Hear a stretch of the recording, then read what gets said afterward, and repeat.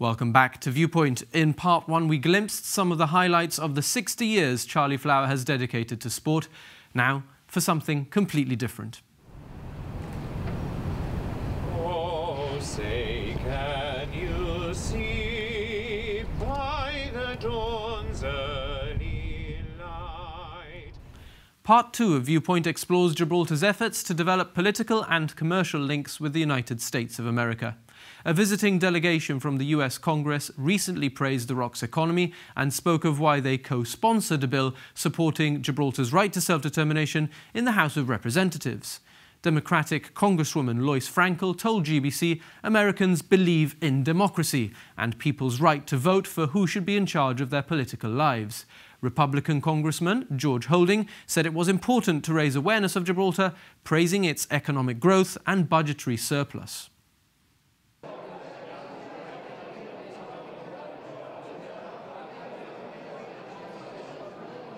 Well, of course, as you know, we have, since we were elected in 2011, wanted to spread the word about Gibraltar. And part of that has meant establishing closer relations in the United States.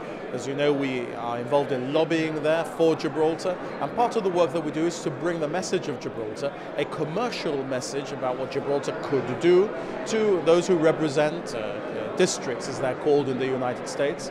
And of course, we have here today representatives of the District of North Carolina and of Florida, Congressman Holding and Congressman FRANKEL, respectively, who are the ones who have been supporting the resolution in favor of self-determination of the people of Gibraltar. So it made sense that they should be the first ones to come. They've come with other representatives of some Senate organizations to see what it is that Gibraltar can do. We've been talking about this for some time. We think there are synergies there, and we think there are opportunities for business to continue to spread its wings in the United States, as we've already seen is the case through the American Gibraltar Chamber of Commerce. Well, Gibraltar is a wonderful place. It's very vibrant.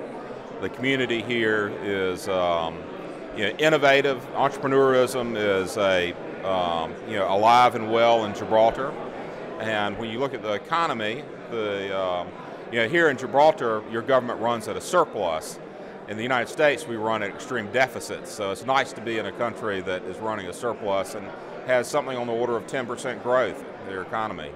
Well, I tell you, my whole life I have been using the expression, the Rock of Gibraltar. And it always means, when we talk about someone who's the Rock of Gibraltar, it's someone we can count on, who's strong, has a strong backbone.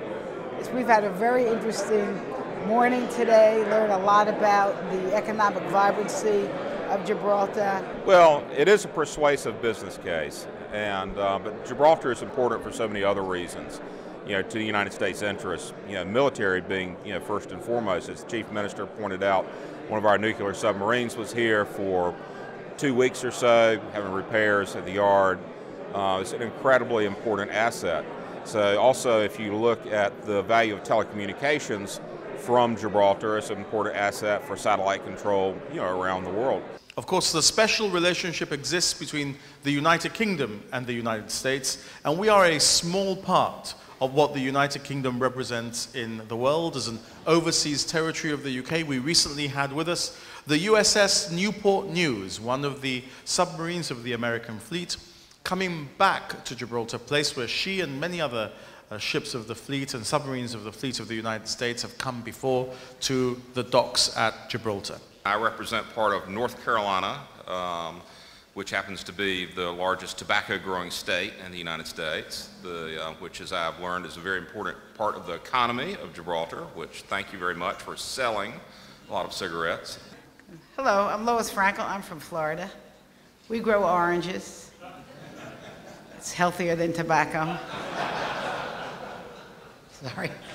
I'm proud to be one of the co-sponsors of the resolution, really, that recognizes the right of self-determination of a people, how they want their government and who they want their government to be. And why do you think that that is important? Why was it something that you felt strongly about?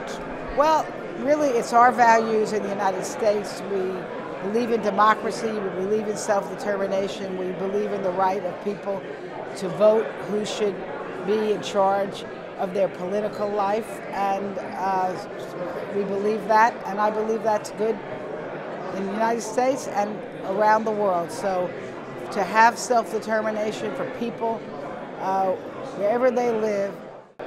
You co-sponsored a bill which basically endorses the Gibraltarian people's right to self-determination. Can you tell us why you did so, why you thought this was important? Well, I thought it's very important to raise the awareness of Gibraltar and the people of Gibraltar and their unique position to other members of Congress. I brought forth the resolution. We have over 30 co-sponsors at the moment of the resolution, and I'm sure once we return back to the Congress and able to carry this message of how well things are doing here in Gibraltar, that we'll get more co-sponsors. It's an educational tool.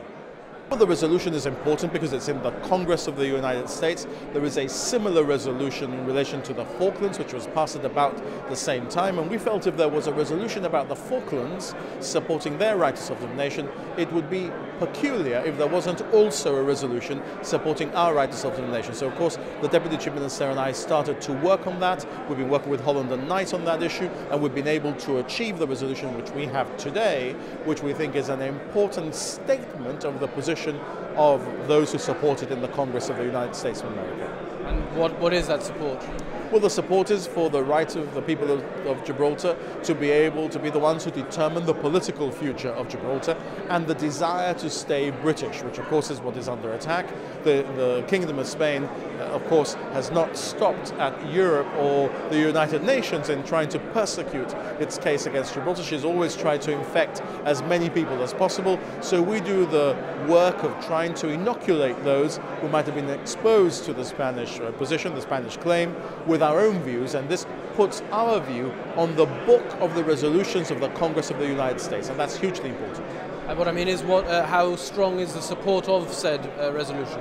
Well, the support is very strong for the fundamental principle of the Gibraltarians being the ones who determine their future, the concept of self-determination applying to the people of Gibraltar. That's an important step forward. It wasn't there before, and it's of course something that I reflect at the United Nations when I go to the United Nations, and this is another recognition and call for that right. And Gibraltar's political leader, the Chief Minister Fabian Picardo, says that he's tried to put across Gibraltar's business case. Do you find it to be a strong one? Well, yes, I'll tell you what, he is a very good agent for this country. Gave us a very good preview of the economic dynamics and the progress, and you know, we're going to leave with a smile. Gibraltar is just unique in its placement, and it's fortunate to have a great population here that makes it all work. Also mentioned in the addresses today, the military and potential role that Gibraltar could play in assisting the US. Could you speak about that?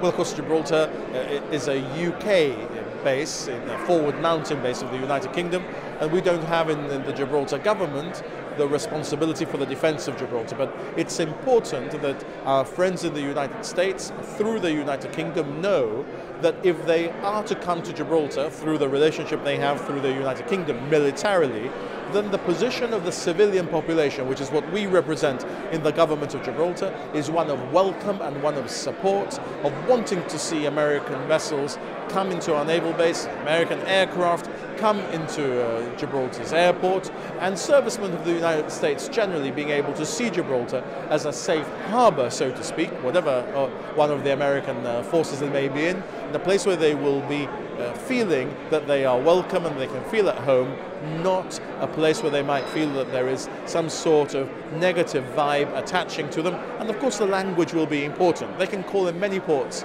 in the Mediterranean where they may or may not be as welcome as they are here. They are very welcome here, but the language will be easier in Gibraltar. They will feel more at home in Gibraltar for that reason, and that's why we extend at a civilian level that welcome, so that they are aware if they use Gibraltar militarily through the relationship with the United Kingdom, that the civilian population is very welcome. I came to be working at Gibraltar because I met two really exquisite women in a place called Yogaville in Virginia. So it's in Buckingham, Virginia. It's about an hour from Charlottesville. And the Gibraltarians that were there were so vivacious and energetic, and I happen to be a very energetic person.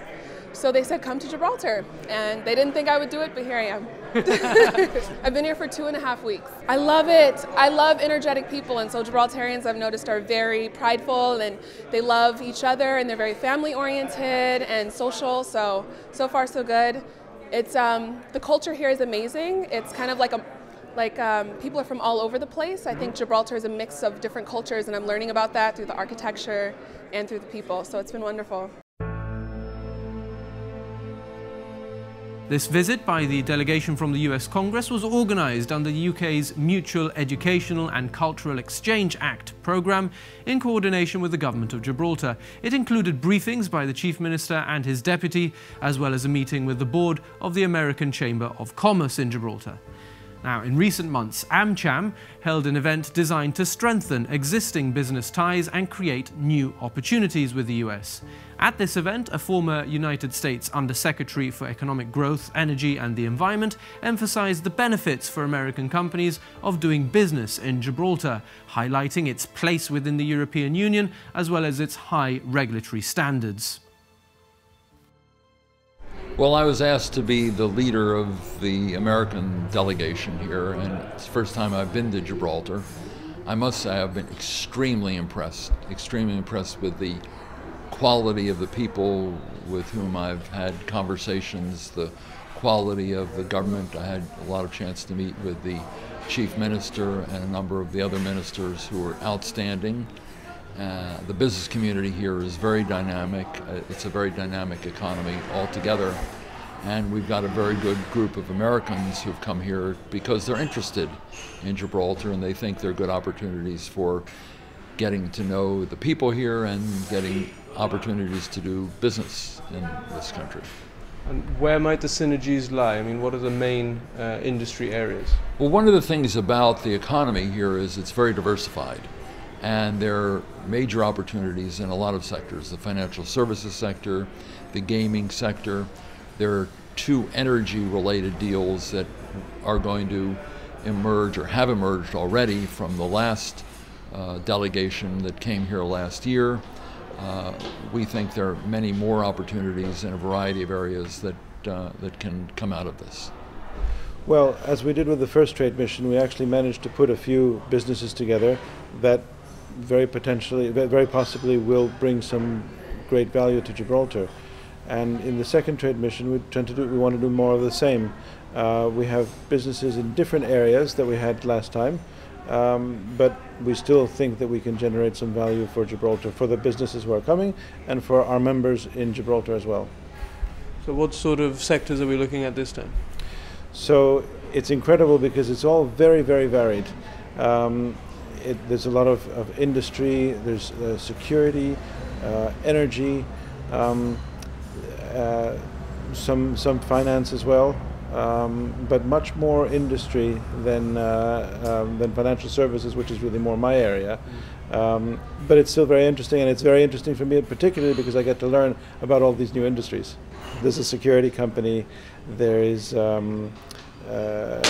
another infrastructure company. We tend to be doing some infrastructure deals and having particular success with those deals. I mean, there's another deal from last year, and they're back this year again to consolidate and continue, which is in the energy sector, and they really are likely to bring a lot of value to Gibraltar, and right from the beginning. It's a bit of a no-brainer, and so I'm very happy that they're here.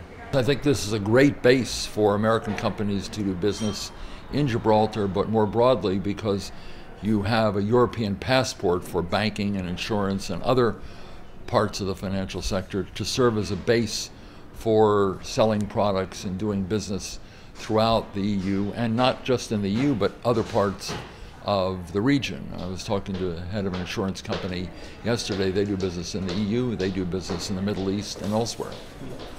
And how would you describe what is the current trend in respect of that sort of trade vis-a-vis America doing business through Europe? Is it growing? I think it's growing. I think it's important, and these trade missions are very helpful in this respect.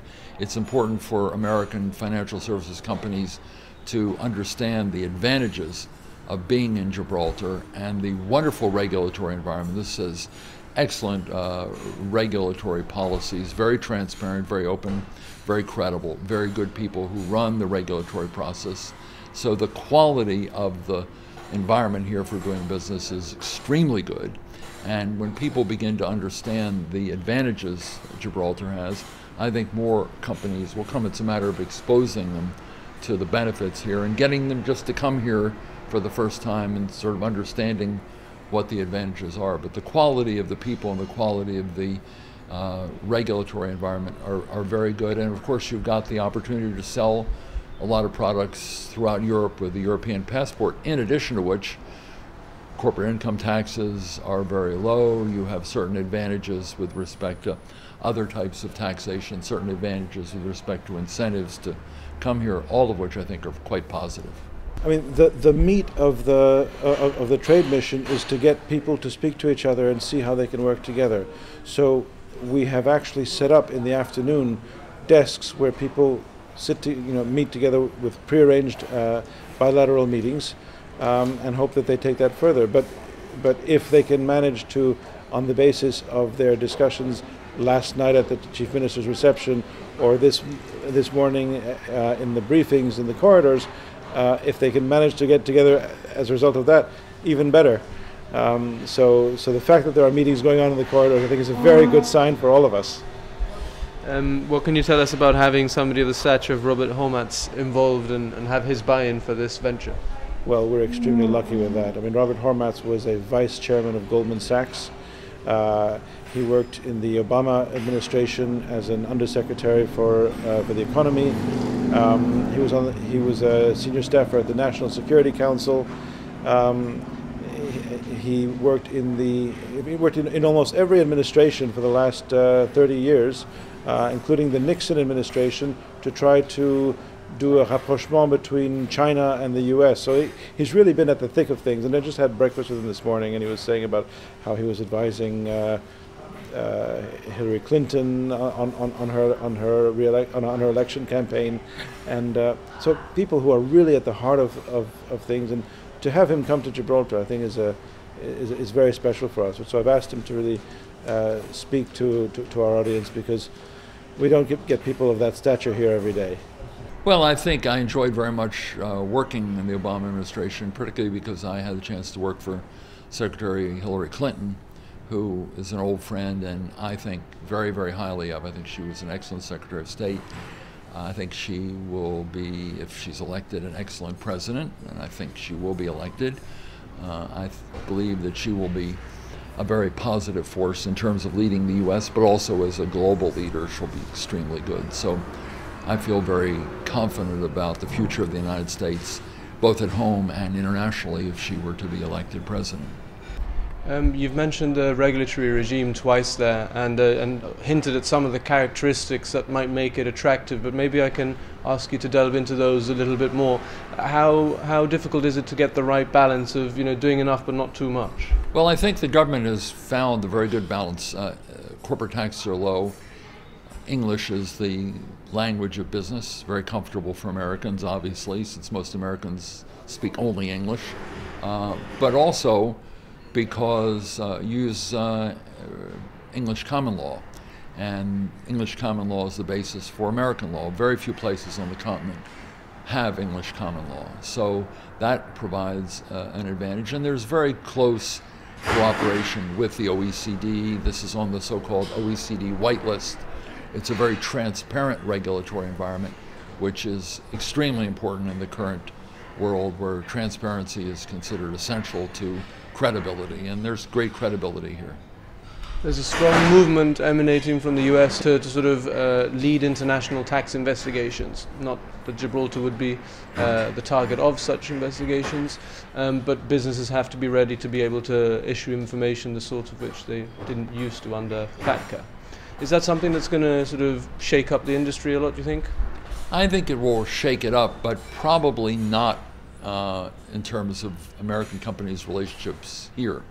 This has a very credible regulatory environment, very transparent. I think there is much greater scrutiny about financial services in the United States and elsewhere in the world.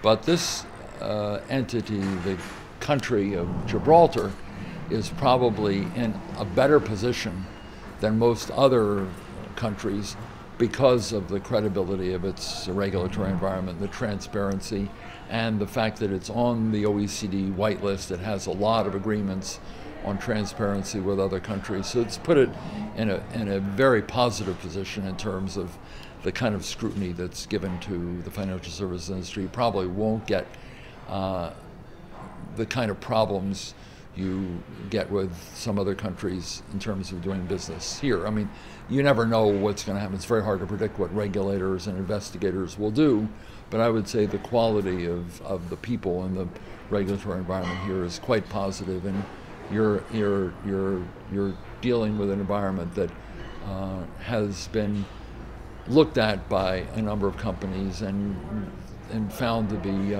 quite high in quality. So that should be an advantage. There are always investigations in the United States, there are investigations in Britain, there are investigations in many other countries with good regulatory environments. So you're not immune from those, but you want to find a place with good regulatory prospects and a good regulatory history, and I think you see that in Gibraltar. We got accredited by the US Chamber of Commerce last November, and so that has opened up a network of of international chambers of commerce, AmChams, particularly the European AmCham, which we're working on becoming members of now. So if we can keep on generating some value for our members and for Gibraltar ultimately, we'll continue. I'm certainly willing to put in the work, and I have a fantastic team who's really doing things very, very well. And so as long as we can continue to do some good, I'm certainly going to try. You referred to the crash of 2007, 2008. Do you think that confidence in the banking system has recovered? Do you think that we'll have learned significant lessons in recent years?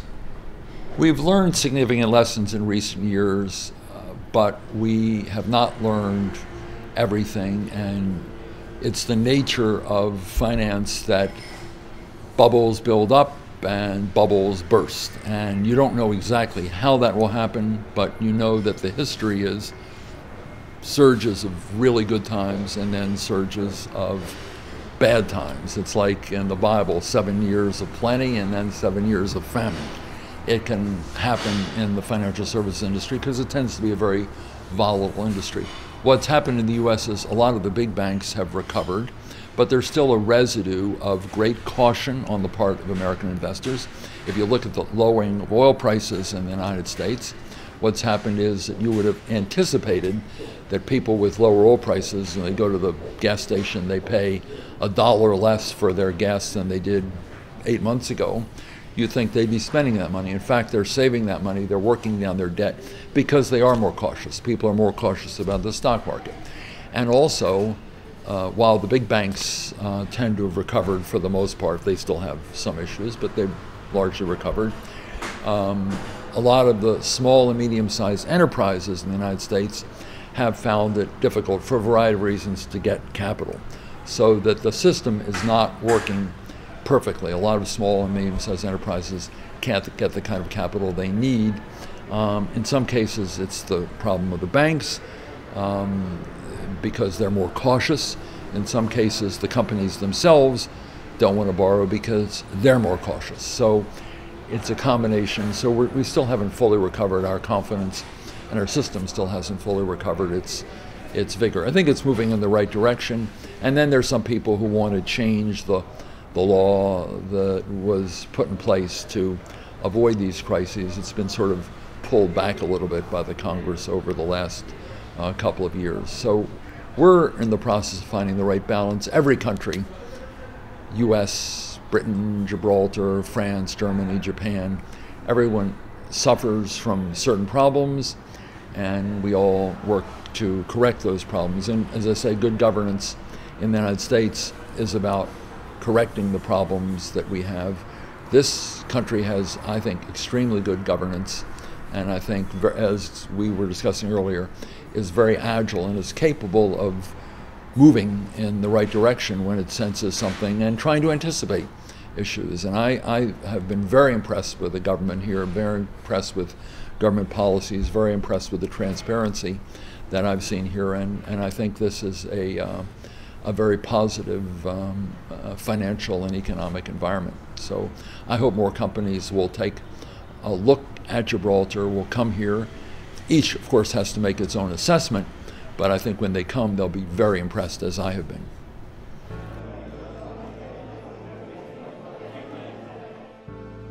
No doubt Mr. Hormat's very positive review of Gibraltar's business case will be very well received by local businessmen and women looking to further their ties with the US. If we return now to the visit in February by the delegation from the US Congress, after a reception at Grand Battery House, the two serving members of Congress joined the Deputy Chief Minister, Dr. Joseph Garcia, in the laying of wreaths at the American War Memorial.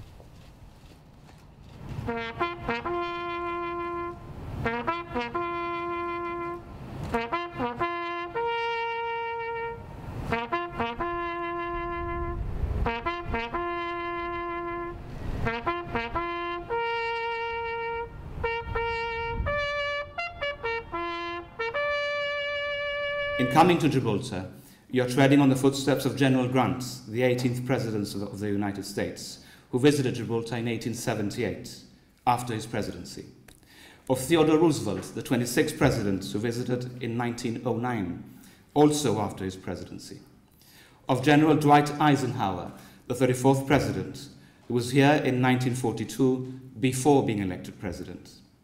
And of George H.W. Bush, the 41st President, who was here in 1994, the year after he ceased to be President. Your visit to us this week is proof of the special relationship that you share with the British family of nations, of which Gibraltar is a part. The defense and promotion of the right of the people of Gibraltar to self-determination is essential to the defense and promotion of the values that we share. I therefore take the opportunity on behalf of the government and the people of Gibraltar to thank our friends here for putting that commitment into our self-determination down on paper in the House of Representatives in the United States. I understand that this carries more than 25 signatures at present. And during our next visit to Washington, D.C., I look forward to working with all of you in the congressional delegation to improve the links between Gibraltar and the United States of America. Gibraltar seems to be furthering its commercial and political links with the United States of America. Our American visitors claim to be impressed with what they've seen. Could it yield some good business deals? The GBC newsroom will keep you posted. In fact, we can reveal now that Juan Verde is expected back in May, and AmCham are also looking to bring over a Nobel laureate later this year. That's where we leave Viewpoint tonight, though. Viewpoint will be back at the same time next week, but for now, from the whole team at Broadcasting House, thanks for watching and good night.